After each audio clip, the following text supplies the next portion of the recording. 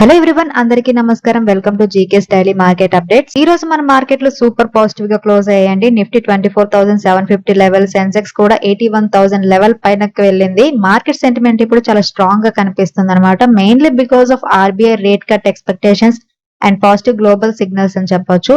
ఈ రోజు మార్కెట్ ర్యాలీకి మెయిన్ రీజన్స్ గనక చూస్తే ఆర్బీఐ రేట్ కట్ ఎక్స్పెక్టేషన్స్ అండి. ఆర్బీఐ రేపు అంటే June 6 పాలసీ అవుట్కమ్ అనేది ఇవ్వబోతుంది అనమాట. మార్కెట్ లో హోప్స్ అయితే 25 బీపీఎస్ రేట్ కట్ ఉండే అవకాశం ఉంది. అంటే ప్రెసెంట్ ఇప్పుడు రెపో రేట్ అనేది 6% ఉంది. 6% నుండి 5.75% కి తగ్గొచ్చు అని అనుకుంటున్నారు. ఇన్ఫ్లేషన్ తగ్గుతుంది అంటే ఆర్బీఐకి రిలాక్సేషన్ ఇవ్వడానికి ఇది ఒక మంచి టైం అనమాట. ఇది ఎకానమీకి పాజిటివ్ అండి. సో స్టాక్ మార్కెట్ లో బయింగ్ సెంటిమెంట్ అయితే తీసుకొచ్చిందని చెప్పుకోవచ్చు. అండ్ గ్లోబల్ మార్కెట్స్ కూడా సపోర్ట్ చేసాయండి. యుఎస్ 10-year బాండ్ ఈల్డ్ 4.36% కి డౌన్ అయ్యింది. ఇది 1 month లో అన్నమాట. అలాగే డాలర్ వాల్యూ కూడా తగ్గుతుంది. అలాగే European central bank policy decision ముందు యూరోపియన్ మార్కెట్స్ కూడా స్టడీగా ఉన్నాయి. ఈ గ్లోబల్ సిగ్నల్స్ ఇండియన్ మార్కెట్ కి ఎక్స్ట్రా స్ట్రెంత్ అయితే ఇచ్చాయండి. అండ్ ఈరోజు సెక్టర్ వైజ్ పర్ఫార్మెన్స్ కనుక చూస్తే IT, pharma, realty, metal sectors positive లో ఉన్నాయండి.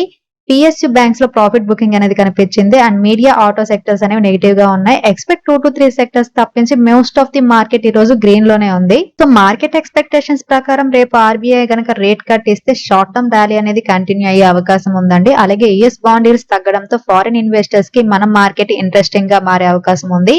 ఇంకా స్టాక్ స్పెసిఫిక్ యాక్షన్ ఎక్కువగా ఉంటుందని అనుకోవచ్చు. Traders and investors policy outcome వరకు కాషియస్ గా ఉండడం మంచిది. అండ్ ఈ రోజు మార్కెట్ లో కొన్ని కీ అప్డేట్స్ కనుక చూస్తే ఈ సెక్టర్ సంబంధించిన ఓలా ఎలక్ట్రిక్ సంబంధించి ఈ రోజు ఒక బిగ్ అప్డేట్ అయితే ఉందండి. ఈవీ కంపెనీలో బజ్ ఉన్న ఓలా ఎలక్ట్రిక్ అనేది ప్రెసెంట్ కండిషన్ అనేది చాలా దారుణంగా ఉందని చెప్పుకోవచ్చు. కంపెనీ పర్ఫార్మెన్స్ దెబ్బతినడంతో సీఈఓ భవిష్ అగర్వాల్ తన ప్రెజ్ చేసిన షేర్స్ ని ప్రొటెక్ట్ చేసుకోవడానికి 20 crores క్యాష్ రీపే చేశారని బ్లూంబర్గ్ అయితే ఒక రిపోర్ట్ అయితే రిలీజ్ చేసిందండి. దీనివల్ల స్టాక్ మీద ఇంపాక్ట్ ఎలా ఉంటుంది, అసలు ఈ యూనికాన్ ఈవీ కంపెనీలో ఏం జరుగుతుందో ఒకసారి తెలుసుకుందాం. ఓలా ఎలక్ట్రిక్ రీసెంట్ గా స్టాక్ మార్కెట్ లోకి వచ్చాక ఇన్వెస్టర్ ఇంట్రెస్ట్ అనేది బాగా ఉండింది అనమాట. కానీ లాస్ట్ ఫ్యూ మంత్స్ లో సేల్స్ నెంబర్స్ తగ్గిపోవడం, కాంపిటీషన్ పెరగడం, సర్వీస్ రిలేటెడ్ కంప్లైంట్స్ రావడంతో కంపెనీ పర్ఫార్మెన్స్ అనేది బాగా తగ్గిపోయిందండి. దీనివల్ల ఓలా ఎలక్ట్రిక్ షేర్స్ అనేవి ట్రంబుల్ అయ్యాయి, అంటే వాల్యూ అనేది తగ్గిపోయాయి అనమాట. సీఈఓ అయిన భవిష్ అగర్వాల్ వద్ద ప్లెడ్జర్ షేర్స్ ఉండడంతో వాటి మీద డిఫాల్ట్ రాకుండా ఉండేందుకు ఆయన 20 crores క్యాష్ అనేది రీపే చేశారు. సో దీంతో మనం అర్థం చేసుకోవాల్సింది ఏంటంటే షేర్స్ ఫాల్ వలన కంపెనీ క్రెడిబిలిటీ మీద డౌట్ వచ్చిందని చెప్పొచ్చు. ప్రమోటర్ ప్లెడ్జర్ షేర్స్ అంటే ఆల్రెడీ లోన్ తీసుకుని వాటిని కొలెక్టరల్ గా పెట్టారు. ఇకపోతే షేర్స్ మీద కంట్రోల్ కూడా పోతుందన్నమాట. క్యాష్ రీపే చేయడం ఒక టెంపరీ సొల్యూషన్ మాత్రమే. బేస్ బిజినెస్ స్ట్రాంగ్ అవ్వాల్సిన అవసరం అయితే ఉందండి. అసలు ఓలా ఎలక్ట్రిక్ షేర్స్ ఎందుకు డౌన్ అవుతున్నాయి అంటే Ola EV scooter sales expectations ని మీట్ కావడం లేదు. అలాగే aggressive pricing strategy and competition అనేది ఎక్కువగా ఉంది టీవీఎస్, ఏథర్, బజాజ్ నుండి. అండ్ పోస్ట్ ఐపీఓ ఎథుసియాజం అనేది తగ్గిపోయింది అనమాట. అలాగే ఇన్వెస్టర్స్ మెల్లమెల్లగా ట్రస్ట్ అనేది దీని మీద కోల్పోతూ ఉన్నారండి. So company CEO Bhavish 20 crores ప్రీపే చేయడం వల్ల ఇమీడియట్ డేంజర్ అయితే తప్పింది, కానీ షార్ట్ టర్మ్ ప్యాచ్ వర్క్ మాత్రమే అండి. ఇది కంపెనీ ఫండమెంటల్ స్ట్రాంగ్ గా ఇంప్రూవ్ కాకపోతే మాత్రం స్టాక్ అనేది ఇంకా ఫాలో అయ్యే ఛాన్సెస్ ఉన్నాయి. ఇన్వెస్టర్స్ ఇక ముందు సేల్స్, మార్జిన్స్, ప్రాఫిటబిలిటీ స్ట్రాంగ్ అవుతున్నాయా లేదో చెక్ చేసుకోవాల్సిన అవసరం అయితే ఉంది. ఓలా ఎలక్ట్రిక్ సిచ్యువేషన్ అనేది ఇన్వెస్టర్స్ కి ఒక వార్నింగ్ బెల్ అయితే పనిచేస్తుందండి. ఈవీ సెక్టర్ గ్రో అవుతుంది, కానీ ఎగ్జిక్యూషన్ ఫెయిలియర్స్ ఉంటే కనుక బ్రాండ్ కూడా బతకడం చాలా కష్టం అనమాట. సో కంపెనీ సీఈఓ భవిష్ తీసుకునే స్టెప్ అనేది తప్పనిసరిగా మంచి యాక్షనే, బట్ ఇది కంపెనీకి టర్న్ అరౌండ్ కలిగిస్తుందా లేదా అనేది ఫ్యూచర్ పర్ఫార్మెన్స్ మీద డిపెండ్ అయి ఉంటుంది. అండ్ ఈ రోజు ఎఫ్ఎంసీజీ సెక్టర్ సంబంధించి ఒక పాజిటివ్ అప్డేట్ అయితే ఉందండి. జిఎస్టీ కౌన్సిల్ రీసెంట్ ప్లాన్ వల్ల బ్రిటానియా ఇండస్ట్రీస్ కి ఒక మంచి న్యూస్ అయితే ఉందన్నమాట. చీజ్ అలాగే కండెన్స్డ్ మిల్క్ మీద జీఎస్టీ తగ్గించే అవకాశం ఉందని సిఎన్బిసి రిపోర్ట్స్ అంతే చెప్తున్నాయి. బ్రిటానియా ఇండస్ట్రీస్ అనేది ఇండియాలోనే ఒక బిగ్గెస్ట్ ఎఫ్ఎంసీజీ కంపెనీ అండి. Biscuits, dairy products, bread, cakes వంటి ఐటమ్స్ తయారు చేస్తుంది. అండ్ డిస్ట్రిబ్యూషన్ లో లీడర్ గా కూడా ఉందన్నమాట. Cheese and condensed milk sectors లో కూడా కంపెనీకి గుడ్ మార్కెట్ షేర్ అయితే ఉంది. Present GST council cheese and condensed milk మీద జీఎస్టీ రేట్స్ రిడ్యూస్ చేయడాన్ని కన్సిడర్ చేస్తున్నట్లు ఒక రిపోర్ట్ అయితే రిలీజ్ అయ్యిందండి. ప్రెసెంట్ ఈ డైరీ ప్రొడక్ట్స్ మీద 12% నుండి 18% వరకు జీఎస్టీ అయితే పడుతుంది. ఇది తగ్గితే బ్రిటానియా ప్రొడక్ట్స్ కి మరింత అఫోర్డబుల్ అవుతాయి అండ్ డిమాండ్ అనేది పెరగొచ్చు అనమాట. మెయిన్ గా లోయెస్ట్ జీఎస్టీ అంటే కస్టమర్స్ కి తక్కువ ధరలకే ప్రొడక్ట్స్ అనేవి దొరుకుతాయి. సో వాల్యూమ్ సేల్స్ అనేవి పెరుగుతాయి అనమాట. డైరీ సెగ్మెంట్ మార్జిన్స్ పాజిటివ్ గా ఇంపాక్ట్ అవుతాయి అనమాట. బ్రిటానియాకి rural and semi urban areas లో డిమాండ్ బాగా పెరిగే అవకాశం ఉందండి. ఫైనల్ డిసిషన్ అనేది జీఎస్టీ కౌన్సిల్ చేతుల్లోనే ఉంది. ఇంకా అఫీషియల్ కన్ఫర్మేషన్ అయితే రావాల్సి ఉంది. జీఎస్టీ రేట్ కట్ వల్ల టెంపరీ కాస్ట్ రీస్ట్రక్చరింగ్ అవసరమై పడవచ్చు అనమాట. ఈ న్యూస్ వల్ల బ్రిటానియాకి షార్ట్ టర్మ్ లో సెంటిమెంట్ అనేది బూస్ట్ ఇస్తుందండి. And long term consumer demand strong గా ఉండడంతో స్టాక్ కి ఇది ఒక సపోర్టివ్ ట్రిగ్గర్ అవుతుంది అనమాట. జిఎస్టీ కట్ తగ్గితే గనక నాట్ జస్ట్ బ్రిటానియా అండి, డైరీ సెగ్మెంట్ లో మొత్తం కూడా బెనిఫిట్ అవుతాయి.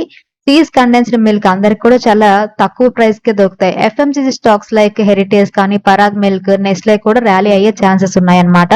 రైల్వే సెక్టర్ కి సంబంధించిన రైల్టెల్ కార్పొరేషన్ సంబంధించి ఒక బిగ్ అప్డేట్ అయితే ఉందండి. ఈ కంపెనీకి 274 crores వర్త్ అయిన న్యూ ఆర్డర్ వచ్చింది. RailTel corporation of India limited ఇది ఇండియన్ రైల్వేస్ కి చెందిన పిఎస్యు కంపెనీ అండి. ఈ కంపెనీ ఇండియాలో రైల్వే నెట్వర్క్ బేస్డ్ గా బ్రాడ్బ్యాండ్ అండ్ విపిఎన్ సర్వీసెస్ ఇవ్వడంలో స్పెషలైజేషన్ ఉన్న కంపెనీ అన్నమాట.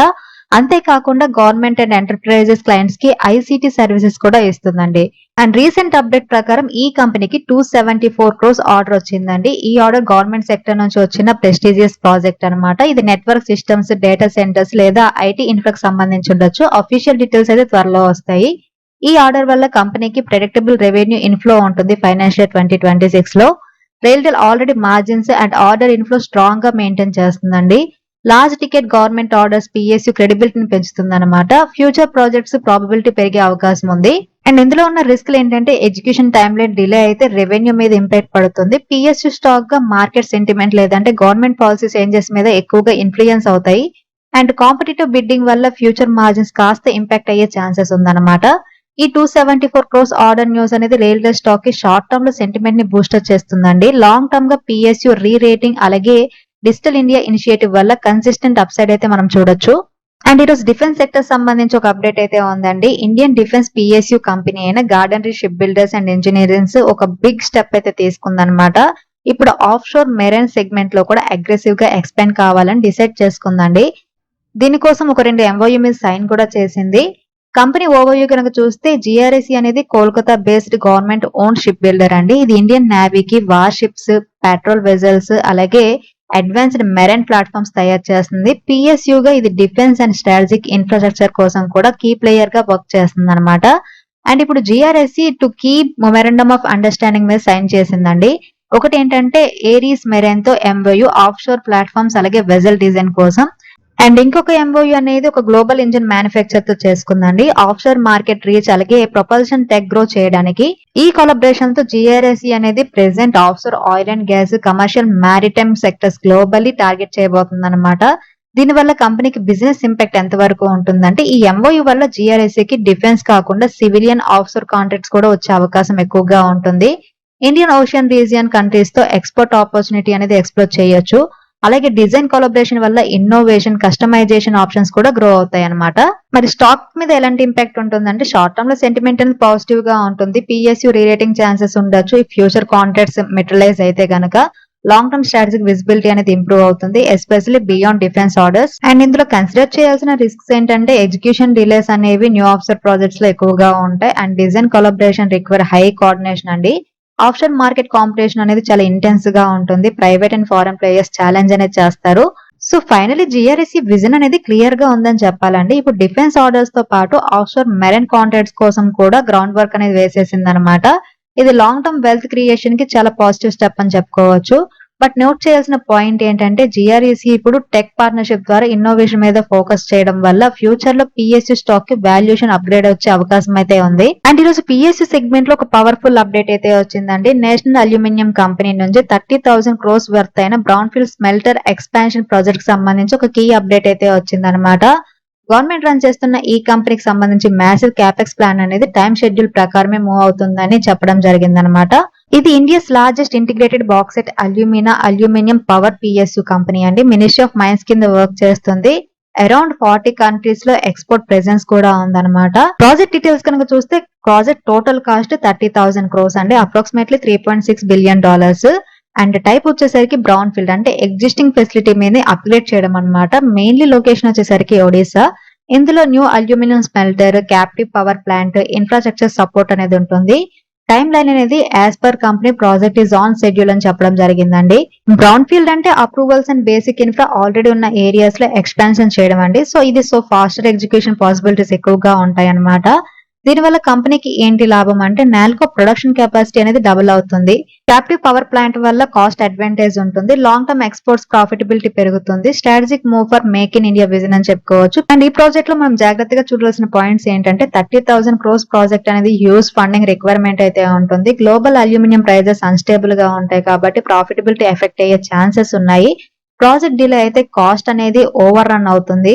And ECC approvals, environmental compliances tight గా ఉంటాయి. సో ఈ పాయింట్స్ మనం జాగ్రత్తగా చూడాల్సి ఉంటుంది. సో నాల్కోకి సంబంధించిన 30,000 crores స్మెల్టర్ ఎక్స్పాన్షన్ అనేది బోల్డ్ అండ్ ఫ్యూచరిస్టిక్ డిసిజన్ అని చెప్పొచ్చు.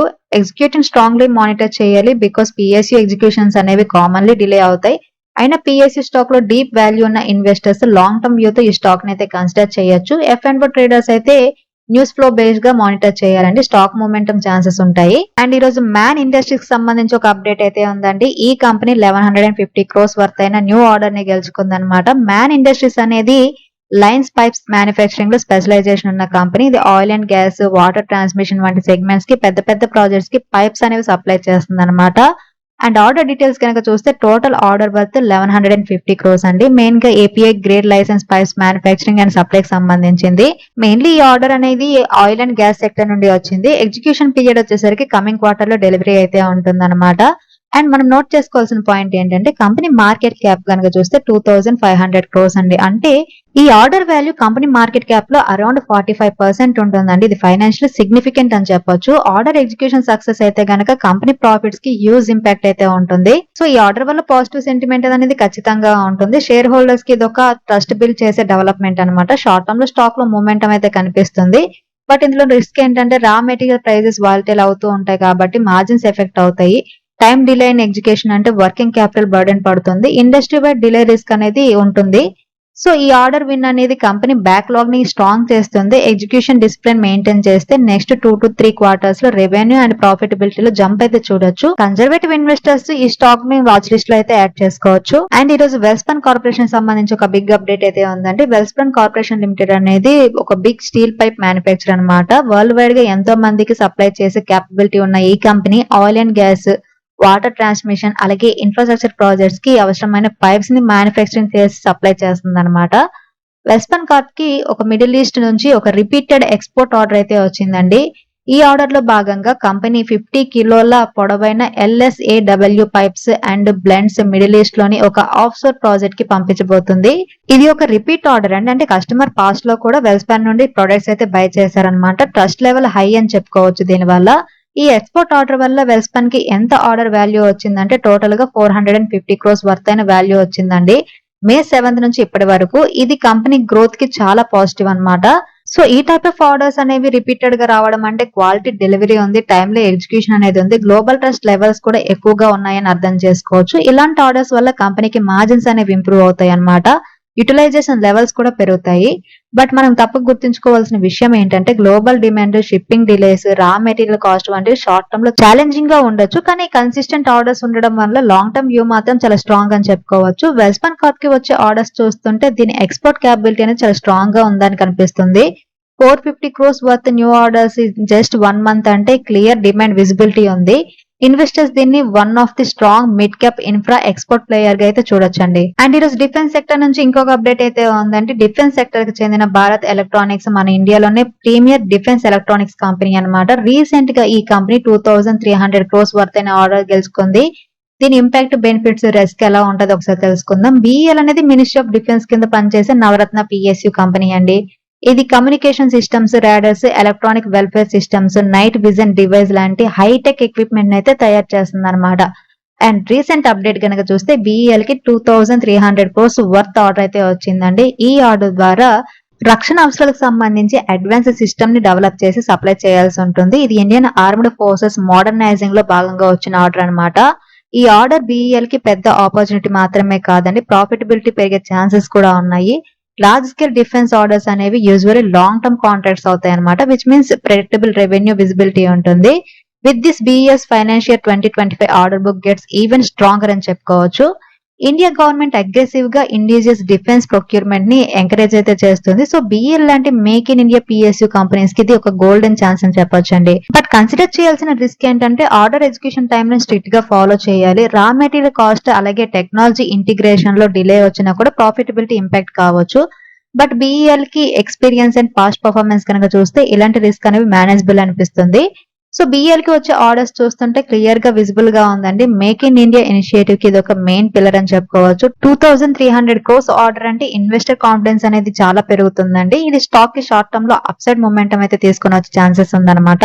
అండ్ ఇన్ఫ్రాస్ట్రక్చర్ సంబంధించి ఒక అప్డేట్ అయితే ఉందండి. ఇన్ఫ్రాస్ట్రక్చర్ సంబంధించిన అశోక బిల్డకన్ అనే లీడింగ్ కన్స్ట్రక్షన్ కంపెనీ మహారాష్ట్రలో 1387 crores వర్త్ అయిన ప్రాజెక్ట్స్ గెలుచుకుంది. ఈ కంపెనీ అనేది ఇన్ఫ్రాస్ట్రక్చర్ లో స్పెషల్ ఫోకస్ ఉన్న కంపెనీ అండి. Roads, highways, bridges, power transmission segment లో చాలా స్ట్రాంగ్ అండి. పాన్ ఇండియా ప్రెజెన్స్ తో పాటు కన్సిస్టెంట్ ఎగ్జిక్యూషన్ రిప్యుటేషన్ కూడా ఉంది. అండ్ రీసెంట్ అప్డేట్ ప్రకారం మనం చూస్తే కంపెనీకి 1387 crores ఆర్డర్ వచ్చింది. లొకేషన్ మహారాష్ట్ర అండి. మెయిన్ గా ప్రాజెక్ట్ స్కోప్ వచ్చేసరికి highway construction, upgradation, road improvement అన్నమాట. Mostly EPC engineering procurement construction contract అండి. అండ్ దీని వల్ల కంపెనీ బిజినెస్ ఇంపాక్ట్ ఎలా ఉంటుందంటే ఆర్డర్ బుక్ అనేది మ్యాసివ్ గా బూస్ట్ వస్తుంది. ఎడ్యుకేషన్ విజిబిలిటీ అనేది నెక్స్ట్ 1 to 3 years కి ఉంటుంది. Employment opportunities plus region development కి యూజ్ అవుతుంది. మహారాష్ట్ర ఇన్ఫ్రా సెగ్మెంట్ లో స్ట్రాంగ్ పొజిషన్ లో ఉండే అవకాశం ఉంటుంది. సో దీని వల్ల కంపెనీ ఫైనాన్షియల్ ఇంపాక్ట్ ఎలా ఉండబోతుందంటే ఆర్డర్ బ్యాక్ లో స్ట్రాంగ్ గా ఉన్నప్పుడు ఏంటంటే రెవెన్యూ ఫ్లో అనేది స్టడీగా వస్తుంది. ఎబిటా మార్జిన్స్ ఇంప్రూవ్ అయ్యే అవకాశం ఉందన్నమాట. డెట్ బర్డెన్ తగ్గించి బెటర్ ఎడ్యుకేషన్ స్పీడ్ మెయింటైన్ చేస్తే గనక బెటర్ స్కోప్ అనేది ఉంటుంది. బట్ ఇందులో ఉన్న రిస్క్ ఏంటంటే ఇన్ఫ్రా ప్రాజెక్ట్స్ లో అప్రూవల్, ల్యాండ్ ఎక్విజిషన్ అనేది డిలే ఉండొచ్చు. Raw material cost and labour availability కూడా ఇంపాక్ట్ చూపించవచ్చు. Payment time lines from government institutions అనేది చాలా క్రూషియల్ అన్నమాట. సో ఫైనలీ అశోక బిల్డకన్ కి వచ్చిన 1387 వర్త్ అయిన ప్రాజెక్ట్స్ అనేవి షార్ట్ టర్మ్ ఎగ్జిక్యూషన్ కోసం కాదండి. ఇవి కంపెనీని నెక్స్ట్ లెవెల్ ఇన్ఫ్రా ప్లేయర్ గా పుష్ చేసే కాంట్రాక్ట్స్ అన్నమాట. మహారాష్ట్రలో ఇన్ఫ్రా మీద ఫోకస్ పెరగడం వల్ల అశోక లాంటి కంపెనీస్ కి కన్సిస్టెంట్ వర్క్ ఇన్ఫ్లో ఉండే అవకాశం ఉందండి. ఈ రోజు నిఫ్టీ 50 క్లోజ్ అయిన లెవెల్స్ ప్రకారం రేపటికి నిఫ్టీ సపోర్ట్ లెవెల్స్ కనుక చూస్తే 24,600 దగ్గర ఫస్ట్ సపోర్ట్ జోన్ ఉందండి. ఇది సైకలాజికలీ సపోర్ట్ పాయింట్ అన్నమాట. రేట్ కట్ మిస్ అయితే కనుక ఇక్కడ రియాక్షన్స్ వచ్చే ఛాన్సెస్ ఉన్నాయి. అలాగే 24,440 స్ట్రాంగ్ సపోర్ట్. ఇది 20-day ఈఎంఏ జోన్ అండి. టెక్నికల్ ట్రేడర్స్ ఈ లెవెల్స్ దగ్గర అక్యుములేట్ చేస్తారు. అలాగే 24,250 అండి బ్రేక్ డౌన్ లెవెల్ అనుకోవచ్చు. ఆర్బీఐ రేట్ కట్ లేకపోయినా లేకుంటే కామెంటరీ అనేది హాకిస్ గా టర్న్ అయినా కూడా ఈ లెవెల్ అనేది టెస్టెడ్ జోన్ అని చెప్పుకోవచ్చు. రెసిస్టెన్స్ లెవెల్ కనుక చూస్తే 24,900 ఇమీడియట్ రెసిస్టెన్స్ ఉందండి. ఆర్బీఐ రేట్ కట్ కనుక కన్ఫర్మ్ అయితే ఇంటర్డే ర్యాలీ ఎక్స్పెక్ట్ చేయొచ్చు. అండ్ నెక్స్ట్ రెసిస్టెన్స్ 25,050 దగ్గర ఉందండి. స్ట్రాంగ్ అప్సైడ్ బ్రేక్అవుట్ అనమాట. బుల్లిష్ సెంటిమెంట్ కంటిన్యూషన్ అయితే కనుక ఈ లెవెల్ అనేది నెక్స్ట్ అప్సైడ్ టార్గెట్ అవుతుంది. అలాగే 25,250 నెక్స్ట్ లెవెల్ ఉందండి. ఇది ఎక్స్టెన్షన్ జోన్ అని చెప్పుకోవచ్చు. పాజిటివ్ ఆర్బీఐ పాలసీ అలాగే గ్లోబల్ సపోర్ట్ ఉంటే కనుక రేపు ర్యాలీ జోన్ లో ఇది పాసిబుల్ అయ్యే అవకాశం ఉంది. సో రేపు ఆర్బీఐ అవుట్కమ్ తర్వాతే మార్కెట్ ట్రెండ్ అనేది తేలుతుందండి. రేట్ కట్ వస్తే కనుక నిఫ్టీ 25,050 లేదంటే 25,250 టచ్ చేసే అవకాశం ఉంది. కానీ ఎలాంటి సర్ప్రైజ్ లేకపోతే మాత్రం 24,600 లేదా 24,440 వరకు కూడా ఫుల్ బ్యాక్ వచ్చే అవకాశం ఉంది. ట్రేడర్స్ పాలసీ అవుట్కమ్ విన్న తర్వాతే పొజిషన్ తీసుకోవడం మంచిది. సో ఇది ఈ రోజు వీడియో అండి. ఈ వీడియో మీకు యూజ్ అయితే లైక్ చేయండి. అలాగే జీకే ఛానల్ ని సబ్స్క్రైబ్ చేయడం మర్చిపోవద్దు. Thank you for watching. Have a good day.